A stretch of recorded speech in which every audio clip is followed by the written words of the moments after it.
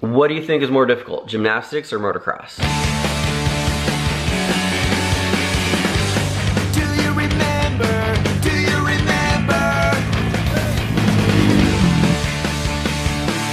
That was an awesome fall. Lillian, come here. Yes. Let's share with people the discussion we had yesterday about what we'd say about 10 o'clock yesterday. So I came in your room and I said, Lillian, do you want to go ride at Washougal tomorrow? You said No. You said no, you didn't. You said you did not want to ride at Washougal today. And I said, are you sure? Because if you want to ride, that's fine, but I'm gonna have to go get a trailer. And you said, It's fine, I don't wanna go. you said I want to go practice Riverdale first before I go ride Washougal, right? So I didn't go get a trailer. And then this morning at 7 o'clock, what did you say to me? Dad, are we getting When are we leaving to Washougal, Dad? No, you don't understand. At like midnight, me and Luke decided I was gonna go. So at midnight, you changed your mind and then told me at 7 in the morning. So check this out, guys. I don't see the problem. No problem here, right? We had no choice. We had to cram the El Camino with the 125, the 65, and the 85. And That's a lot of bikes. we've had that many bikes, but they were smaller. We haven't had 3 bigger bikes in the El Camino. Lillian, I just want to thank you for all the "you need a bigger truck" comments that I'm about to get right now. Okay. All right, let's go, guys.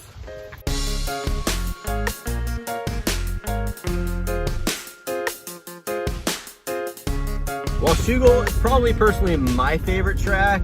Unfortunately, we don't get to ride it too often. It's not like Riverdale where it's open every day. It's not like Pat's Acres where it's open every weekend. It's just kind of open here and there, hit and miss. So it's cool on days like this when it's open and we're able to go. They're doing social distancing right now.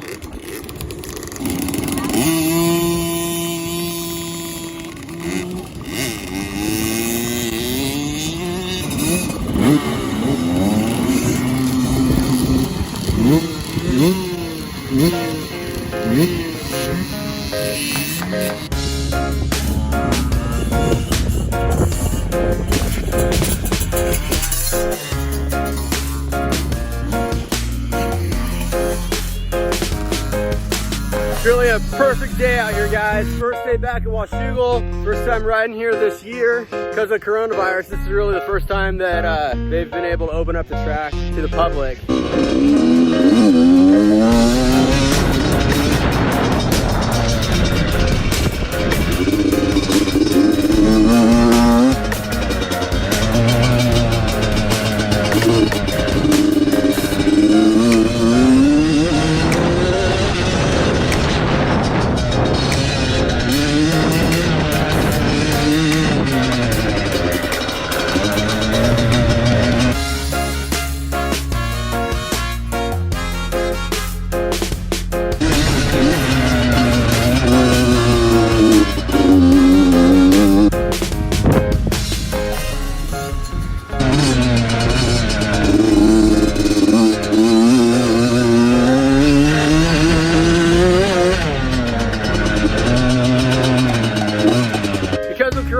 There's a few like extra rules. We got to separate. You got to park in different places. You're supposed to wear masks when you're not riding and not vlogging. That's what the rule said. You could not wear a mask when you're riding and when you're vlogging. Other than that, you're supposed to wear a mask. And they kind of want us to take it easy too. They don't want you to ride at 100%, get hurt, send people to the hospital. And I'm like, hey, that's perfect. We're pros at taking it easy. That's where we shine. We're really good at kind of not riding at 100%.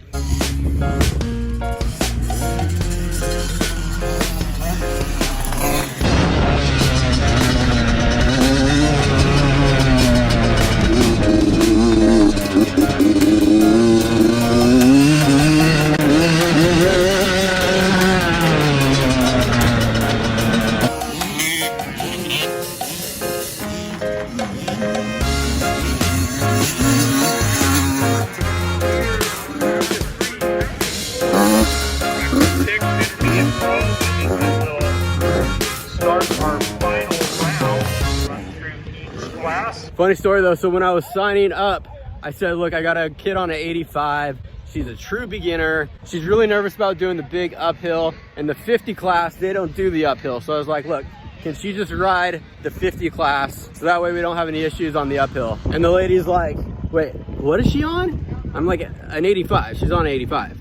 And she's like, and she wants to ride the 50 class. And I was like, yeah, that would be preferably if we could put her in the 50 class. And the lady's like, is she slow? I'm like, no, she hauls balls. She's really fast. So, of course she's slow. But luckily they put her in the 50 class and it's going good. I think she's right where she needs to be.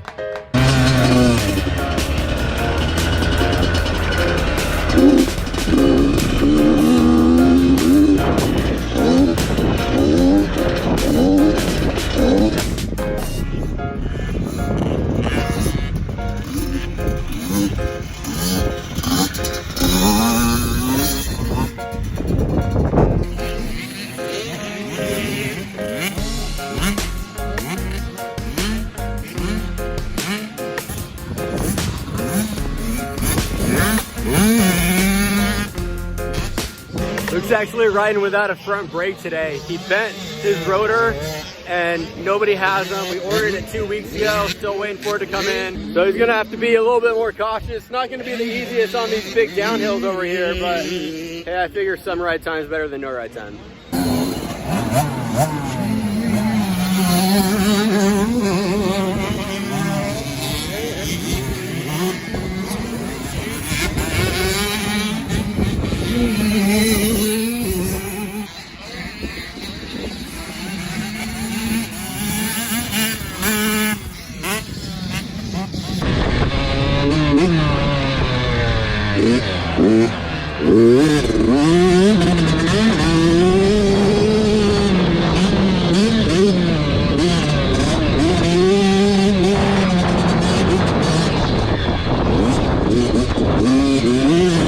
One nap later.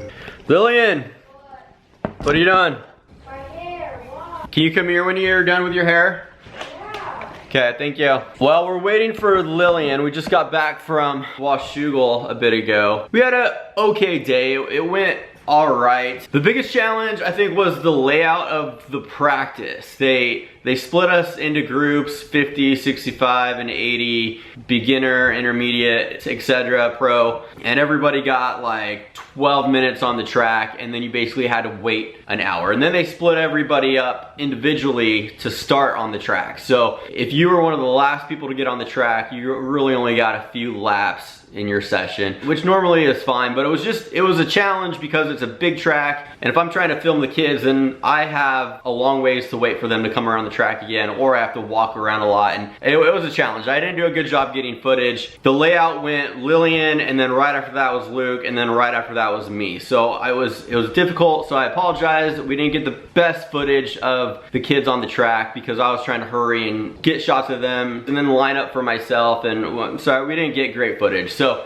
for me, the bike was bogging out. I got home, I checked the jets, and the pilot jet was plugged really bad, which makes sense because it had no bottom end power. I couldn't get the bike to do anything that I wanted in the turns. On top of that, I had crazy arm pump. I could barely hang on to the bike after a few laps. So I didn't get very good footage. I didn't ride that well. Definitely not good enough. My ride was not worthy of YouTube. So I'm not gonna focus on me so much. I think we're gonna focus on Lillian. Why me? Because everyone wants to hear about your ride. So we got Lil right here. Bad. I have a question for you.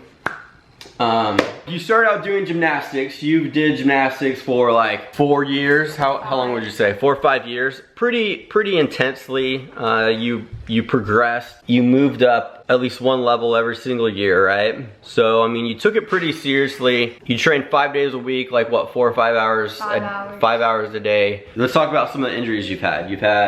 You've broken your toe. What other injuries have you had? I've broken my fingers. I hyperextended my knee. I've broken my nose, gotten concussions. So gymnastics is pretty intense. It is a physically demanding sport. It is a dangerous sport. Like this last year, you had to wear wrist braces. The impact. It's called tiger paws then, Ebony. Okay, sorry. You've been wearing tiger paws. They helped a lot, but it still hurt a lot. And that was a challenge for you with doing like tumbling, and when you had to do a back handspring on the beam, like that. The beam didn't hurt as bad, it was vault. ball hurts the most. But with gymnastics, I've been impressed. Like I don't know much about gymnastics, but I remember when you were little, you were working on trying to do a kip, which is like you kick your legs and you swing and you're underneath the bar, and then like the bar is up here, and then you kick your legs, and then you want to get the bar, like you're above the bar, right? And I remember you working on that,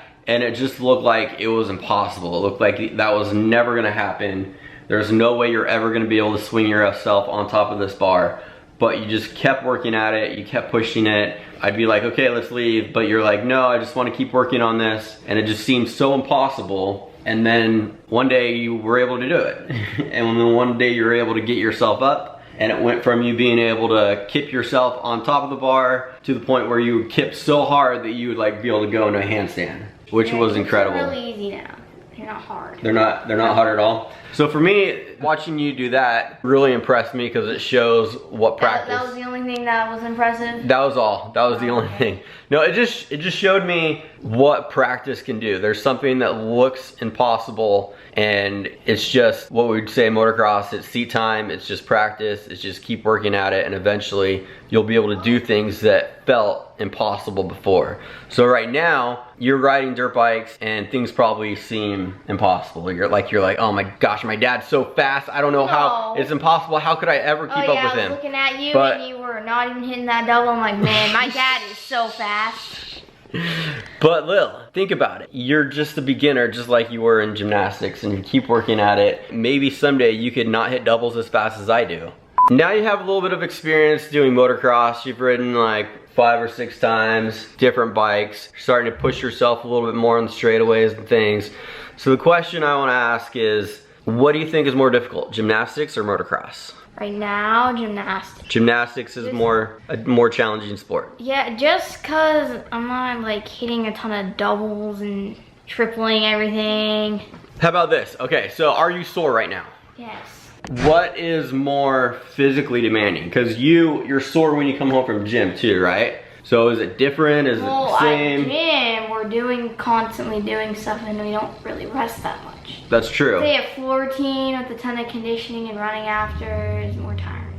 That's true. So you do more physically demanding workouts for longer than when we do motocross. You do 10 minutes and then we rest. So, okay. So that makes sense. I don't know how fair of a comparison it is to compare an advanced gymnast and a beginner motocrosser. If you think about it, when you're starting out, you're doing a lot of just sitting on the bike. But once you get better and you get faster, you're controlling the bike more. You're using your body to push down on the bars, or lay the bike over in a turn, or pick the front wheel up over a hole or something. You're always pushing down or pulling up or leaning or something. So it is true, the faster you go, the more physically demanding motocross gets. So it's harder to compare one sport to the next. I just thought it'd be interesting to get your opinion. I do know that I see you come home from gymnastics and you're really sore, you're worn out. You have headaches, you really push yourself. Do you want to keep doing motocross then? You want to keep working at it, keep trying to get better? Yes. Okay, right on. All right, well, I'm proud of you, Lil. Good job. We are sore and stiff from riding today at Washougal, but I think tomorrow we're gonna go to Pat's Acres, and I don't know how much I'm gonna ride, but just gotta get that seat time in. We just gotta keep pushing and trying to get better, right? Mm-hmm. All right, thanks for watching, guys. Have a good night. Have a good morning. If you're driving, drive safe, and we'll see you next time.